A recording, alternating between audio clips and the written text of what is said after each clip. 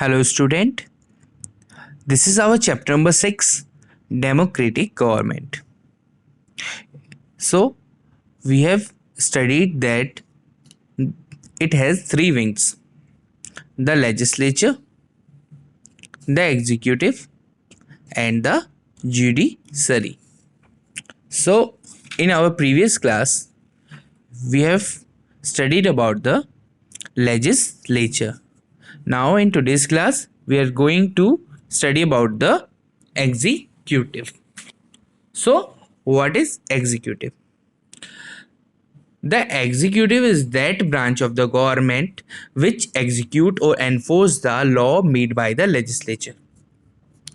As we study earlier that legislature made the law and that law is initiated or applied by the executive. The executive can be central or state. Means the executive is either the central or the state government. The union slash central executive. What is central executive? The union executive include the president. The president is the head of the state of slash country. President, or who is president? President is the state of head of the state. However, he is the only nominal head. He is the only what? He is only nominal head.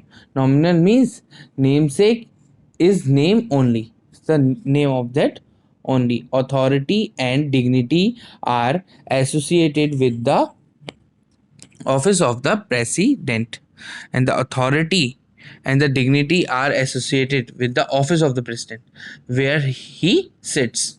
The president is the first citizen of the country. The very first citizen of the country is known as the president. He is elected by the member of the parliament of the India, and he is elected by the members of the parliament of our India and the state legislative assembly. The president is elected for a term of 5 years. The term of president is 5 years. The president lives at the Rashtrapati Bhavan. And where did the president lived? He lived at the Rashtrapati Bhavan. The president has many important powers. So the president have many powers.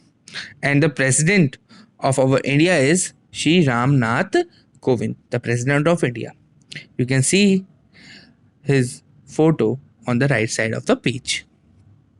The second is the vice president.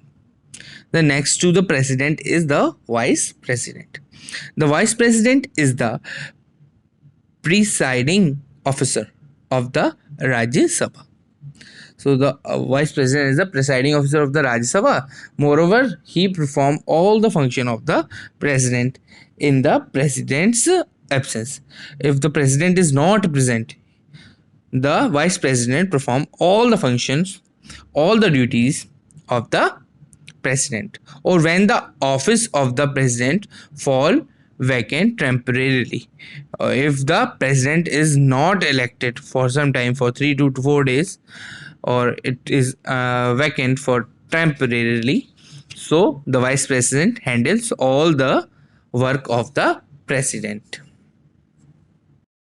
Now the prime minister. After vice president, who came? Prime minister. First is the president, first citizen of India, then vice president, then our prime minister. Shri Narendra Modi is the prime minister of our India. The prime minister is the real hand of the state or country. Means he is the real hand, can handle all the working.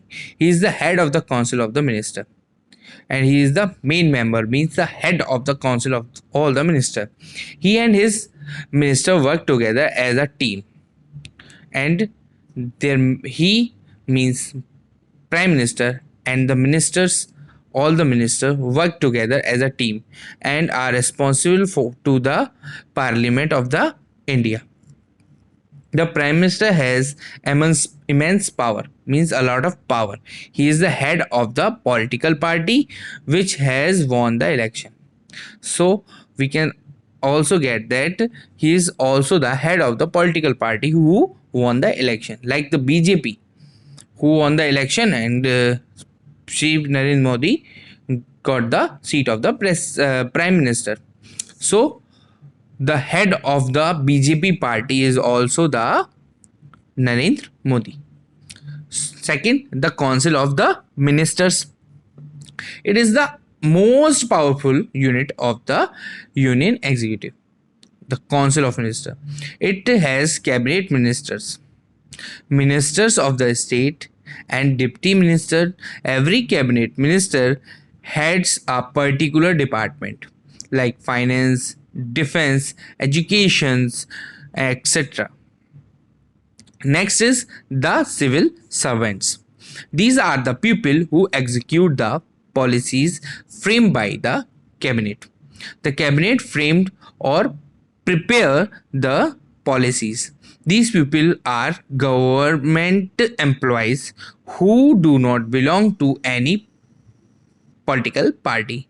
The civil servant is not belong to any political party.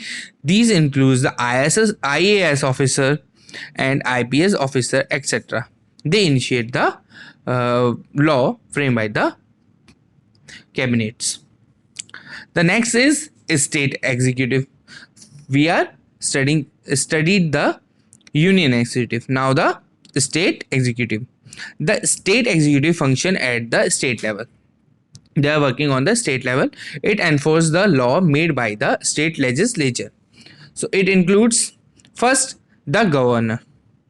The governor of the state is the head of the executive of that state. Means the governor of the state is the head of the executive who execute the law made by the legislature.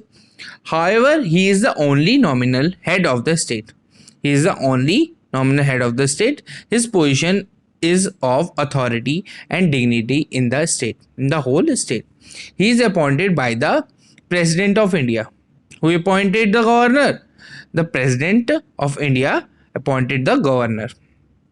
A person can be the governor of two states. This is the new thing. I got to know that a person can be the governor of two states.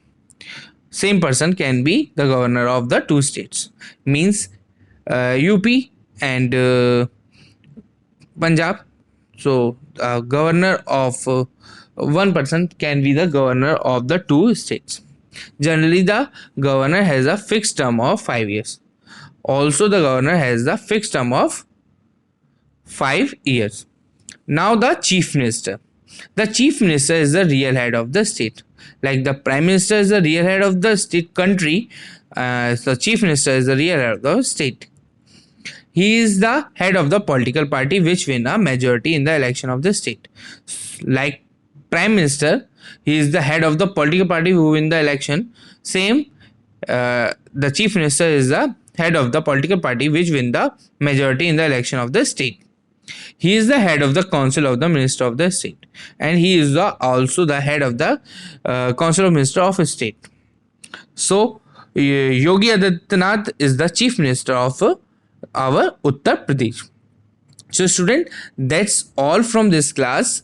This is the second wing of our democratic government.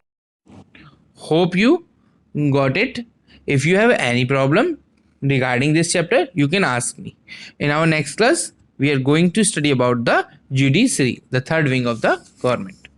Student, you have to revise it, read it twice at your home, so that in case you have any problem, you can ask me. If you don't read at your home, you don't know that you are getting or not. Thank you. Thank you, student. Thank you for listening.